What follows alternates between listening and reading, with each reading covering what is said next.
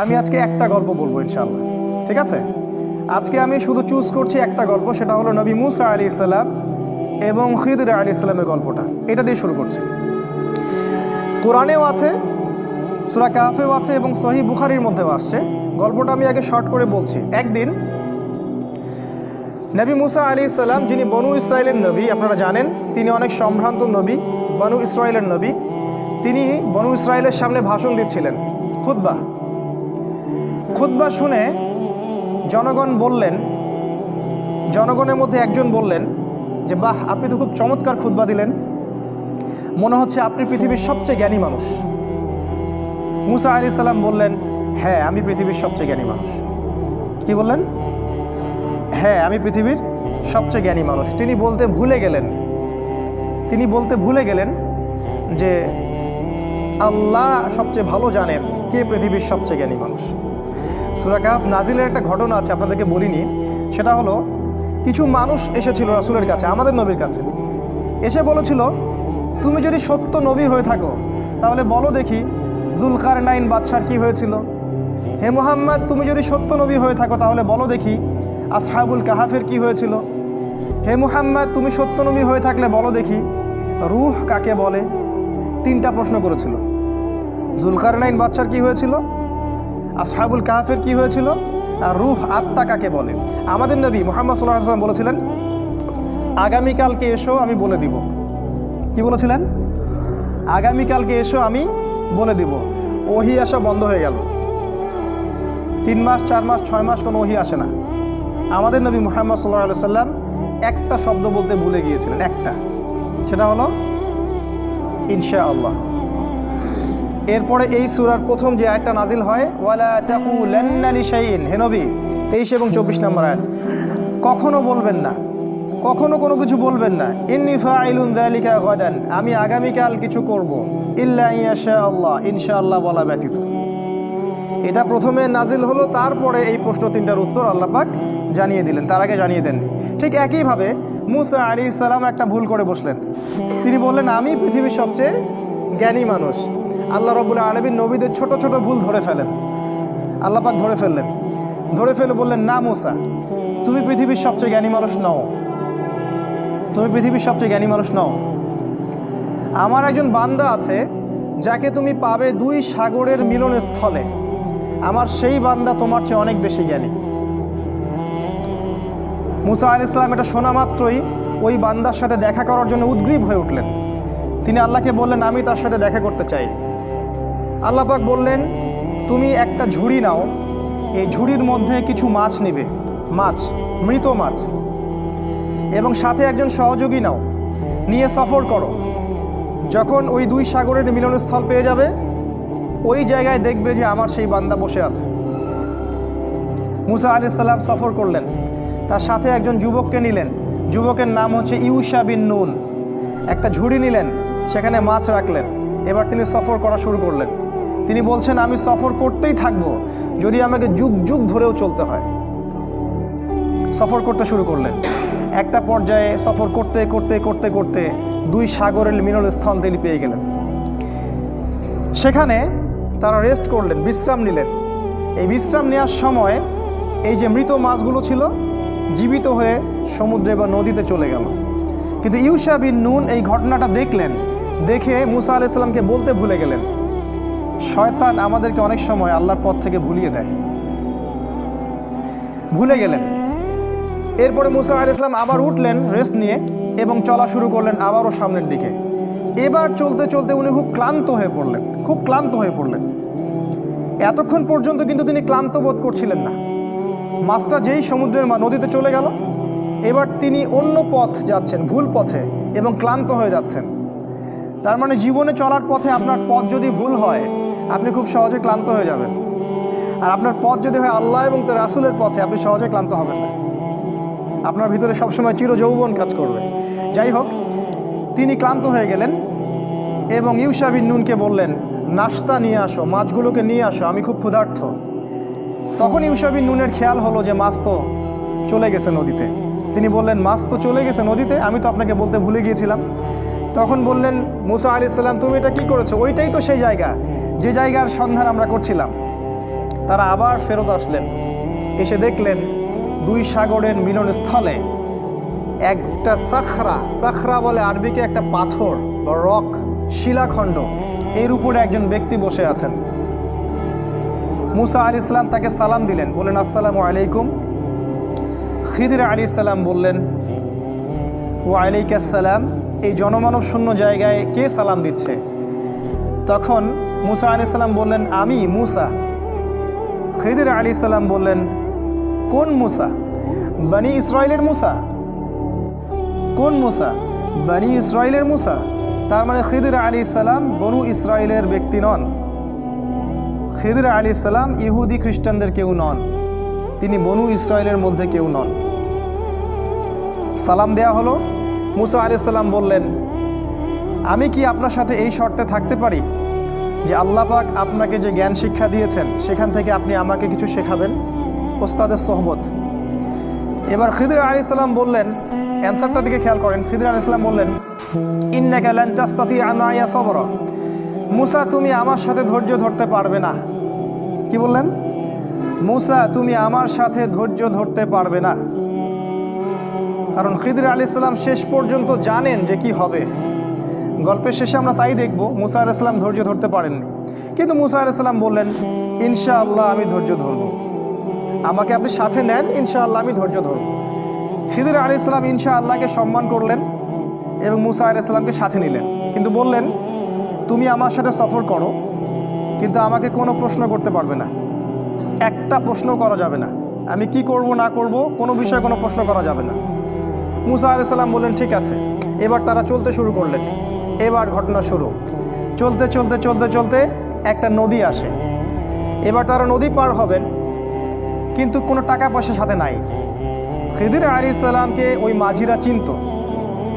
সেই মাঝিরা তাকে বলল আপনি নৌকায় ওঠেন, টাকা পয়সা লাগবে না। খিদির আলাইহিস সালাম মুসা আলাইহিস সালামকে নিয়ে নৌকায় উঠলেন। এবার নৌকা চলতে শুরু করলো। নৌকার পাতা টানের উপর একটা পাখি এসে বসলো। এই পাখিটা ওই নদী থেকে একটু পানি খেয়ে চলে গেল। এই দৃশ্যটা দেখে খিদির আলাইহিস সালাম বললেন হে মুসা, এই যে পাখিটা যতটুকু পানি এই নদী থেকে খেয়ে চলে গেল, ওই অতটুকু পানি হচ্ছে তোমার আর আমার জ্ঞান। আর এই যে নদীর যত পানি দেখছো এগুলো হচ্ছে আল্লাহর জ্ঞান। আল্লাহর জ্ঞানের তুলনায় মানুষের জ্ঞান এতটুকু সামান্য, যতটুকু ওই যে পাখিটা যতটুকু পানি খেয়ে গেছে অতটুকু। যাই হোক, নৌকা চলতে থাকলো। এক পর্যায়ে একটা ঘটনা ঘটলো যে খিদির আলাইহিস সালাম একটা কুড়াল নিলেন। কুড়াল নিয়ে নৌকার যে পাতা টান নিচে একটা ফুটা করে দিলেন। এবার এই দৃশ্য দেখে মুসা আলাইহিস সালাম বললেন আপনি এটা কি করলেন? যারা বিনা পয়সায় আমাদেরকে সফর করালো, আমাদের উপকার করলো, ওই বেচারা গরিব মানুষের এই একমাত্র সহায় সম্বল নৌকাটা আপনি ফুটা করে দিলেন। আপনি তো লাকাদ জিতা শাইআন ইমরা, আপনি তো বিশাল একটা ভয়ঙ্কর কাজ করলেন, গুনার কাজ করলেন আপনি একটা। তখন খিদির আলাইহিস সালাম বললেন আলাম আকুল ইন্নাকা লান তাসতাতিআ মাইয়া সাবরা। হে মুসা, আমি কি তোমাকে বলিনি তুমি আমার সাথে ধৈর্য ধরতে পারবে না? মুসা আলাইহিস সালাম বললেন আমাকে ক্ষমা করে দিন, আমি ভুলে গিয়েছিলাম, এরপরে ইনশাআল্লাহ আমি আর কোনো কোশ্চেন করব না। তারা আবার চলতে লাগলেন। চলতে চলতে চলতে চলতে একটা বাচ্চার সাক্ষাৎ হলো। বাচ্চা, ছোট বাচ্চা, গোলাম। কোরআন বলেছে গোলামান ফাকাতালাহ। খিদির আলাইহিস সালাম বাচ্চাটাকে হত্যা করলেন। এটা তো আরো ভয়ঙ্কর ব্যাপার। নৌকা ফুটা করা কোথায় আর বাচ্চা হত্যা করা কোথায়? আর মুসা আলাইহিস সালাম নিজেও কিন্তু মার্ডার কেসের আসামি। এটা কি জানেন? মুসা আলাইহিস সালাম কিন্তু একটা ব্যক্তিকে এক ঘুষি দিয়ে হত্যা করে ফেলছিলেন ভুলবশত। মুসা আলাইহিস সালাম এবার বললেন ইন্নাকা লাকাদ জিতা শাইআন নুকরা, আপনি মহা একটা অপরাধ করলেন, এটা আপনি নিরপরাধ একটা শিশুকে হত্যা করলেন। খিদির আলাইহিস সালাম বললেন আলাম আকুল লাকা ইন্নাকা লান তাসতাতিআ মাইয়া সাবরা, আমি কি তোমাকে বলিনি হে মুসা তুমি আমার সাথে ধৈর্য ধরতে পারবে না? এবার মুসা আলাইহিস সালাম সর্বশেষ অজুহাত দিলেন, দিয়ে বললেন আমি যদি আর একটা কোশ্চেন করি তাহলে আমাকে আর সাথে নিয়েন না, এবার লাস্ট চান্স, আর একটাও কোশ্চেন করবো না ইনশাআল্লাহ। তারা আবার চলতে লাগলেন। চলতে চলতে একটা গ্রাম আসলো। সেই গ্রামের মানুষগুলো ছিল একটু আমাদের নিউ ইয়র্কের মানুষের মতো আর কি, অনেকটা আমাদের এখন ঢাকা শহরের মতো, মেহমানদারি করতে চায় না। মেহমান আসলে বিরক্ত হয়। তারা মেহমানদারি করতে চাইল না। তারা মুসা এবং খিদিরকে কোনো খাবারও দিল না, কোনো পানিও দিল না, সামান্যতম সৌজন্য বোধটুকু তারা দেখালো না। কিন্তু খিদির আলাইহিস সালাম দেখলেন ওই গ্রামের একটা বাড়ির দেয়াল ধসে পড়ে আছে, একটা দেয়াল পড়ে গেছে। খিদির আলাইহিস সালাম নিজে কষ্ট করে এই পুরো দেয়ালটা তৈরি করলেন। ইট পাথর যা যা লাগে তাই দিয়ে তিনি দেয়ালটা তৈরি করলেন। তৈরি করে আবার সেটাকে নতুন জায়গায় রিপ্লেস করলেন। এই দৃশ্যটা দেখে মুসা আলাইহিস সালাম বললেন, আপনি চাইলে তো কিছু পারিশ্রমিক নিতে পারতেন, এত কষ্ট করলেন, ওরা আমাদেরকে খাবারও দিল না, পানিও দিল না, আপনি ওদের কাজ করে দিলেন, একটু তো সামান্য নাস্তার টাকা নিতে পারতেন। খিদির আলাইহিস সালাম বললেন, হ্যাঁ দা ফিরাকু বাইনি ওয়া বাইনিক, এই হলো তোমার আর আমার ফেরক, রাস্তা আলাদা, এখন যাও। তুমি চুক্তি ভঙ্গ করছো 3 বার, রাস্তা আলাদা। আমাদের নবী মুহাম্মদ সাল্লাল্লাহু আলাইহি ওয়াসাল্লাম বলেছিলেন এক হাদিসে, যদি মুসা আলাইহিস সালাম ওই দিন প্রশ্নগুলো না করতেন তাহলে অনেক কিছু শেখা যাইত। যাই হোক, 3টা শর্ত লঙ্ঘন হলো। মুসা আলাইহিস সালামকে তিনি আর সাথে রাখলেন না, তবে বললেন তুমি চলে যাও, কিন্তু যাওয়ার আগে আমি তোমাকে 3টা এই যে ঘটনা ঘটলো এর তাউইল বা ব্যাখ্যা, ইন্টারপ্রিটেশন তোমাকে আমি জানাই দেবো আমি কেন করেছি। তিনি বললেন, ওই যে প্রথম নৌকাটা আমি ফুটা এই জন্য করেছি যে কারণ ওই নৌকার পিছনে ছিল একটা জলদস্যুর দল। ওই জলদস্যুর দল যদি এই নৌকাটাকে দেখতো, নৌকাটা খুব ভালো সুন্দর, তাহলে সেই নৌকাটা তারা হাইজ্যাক করত। আমি নৌকাটা ফুটা করে দিয়েছি, এই ত্রুটিযুক্ত নৌকাটা তারা আর নিবে না, তারা ত্রুটিযুক্ত কোনো নৌকা নিবে না, নষ্ট নৌকা তারা নিবে না। যদি নৌকাটা ভালো থাকতো তাহলে ওরা ওই গরিব মাঝির শেষ সম্বলটুকু ছিনিয়ে নিয়ে চলে যেত। তোমার কাছে মনে হয়েছে আমি ক্ষতি করেছি, কিন্তু আমি পরোক্ষভাবে ওর উপকার করেছি, সেটা তুমি সবর করতে পারোনি। আর দ্বিতীয় যে বাচ্চাটাকে আমি হত্যা করেছিলাম, আমি এই জন্য হত্যা করেছিলাম যে আল্লাহ আমাকে জানিয়ে দিয়েছিলেন এই বাচ্চাটা যখন বড় হতো সে অনেক বড় একটা কাফের হতো, এবং সে নিজেও কুফরি করত, অন্যদেরকে কুফরিতে আহ্বান করত, এমনকি তার বাবা মাকেও সে কাফের বানিয়ে ছাড়ত। আল্লাহ পাক আমাকে আদেশ করেছিলেন, তাই আমি তাকে হত্যা করেছি। আর আল্লাহ পাক এই বাচ্চার বদৌলতে ওই বাবা মাকে আরও ভালো ভালো সন্তান সন্ততি দিবেন।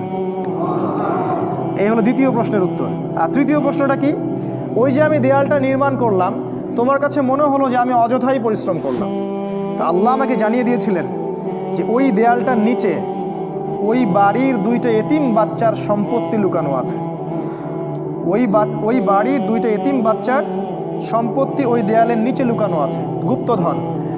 আল্লাহ পাক চাইলেন আমি দেয়ালটা নির্মাণ করে দেই, ওই বাচ্চারা যখন বড় হবে তখন তারা এই সম্পত্তিটা পাবে। আর দেয়াল যদি নির্মাণ না করতাম তাহলে অন্যেরা ওর সম্পত্তি লুট করে নিয়ে যেত, তারা ভোগ করতে পারতো না। এই হলো 3টা ঘটনার তাউইল, যে ব্যাপারে তুমি সবর করতে পারোনি। খিদির আলাইহিস সালাম সম্পর্কে আল্লাহ পাক বলেছেন, আমি খিদিরকে 2টা গুণ দিয়েছিলাম, জাস্ট 2টা গুণ।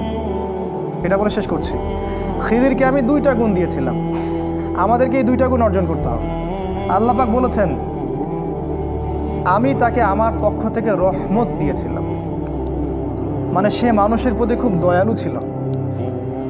আর তিনি বলেছেন আল্লাহ পাক ওয়াল্লামনা মিন লাদুন্না ইলমা, আমি আল্লাহ আমার পক্ষ থেকে খিদিরকে জ্ঞান শিখিয়েছিলাম। তাই এই জামানায় খিদির আলাইহিস সালামের মতো হয়ে এই রাতের অন্ধকার দূর করে সোনালি সকাল আনতে হলে আমাদেরকে যেমন 2 চোখ দিয়ে দেখতে হবে, একই সাথে দয়ালু হতে হবে, এবং আল্লাহর পক্ষ থেকে যে জ্ঞানের উৎস, ওই উৎসের কাছে আপনাকে ফিরে আসতে হবে। ইনশাআল্লাহ তখনই দেখা যাবে আমরা শেষ জামানাকে ডিল করতে পারবো, খিদির আলাইহিস সালামের মতো হতে পারবো, যাকে আল্লাহ রাব্বুল আলামিন শেষ জামানার স্কলার রূপে তুলে ধরেছেন। আল্লাহ পাক আমাদের সবাইকে কোরআন এবং হাদিস অনুযায়ী আমল করার তৌফিক দান করুন। আল্লাহুম্মা আমিন।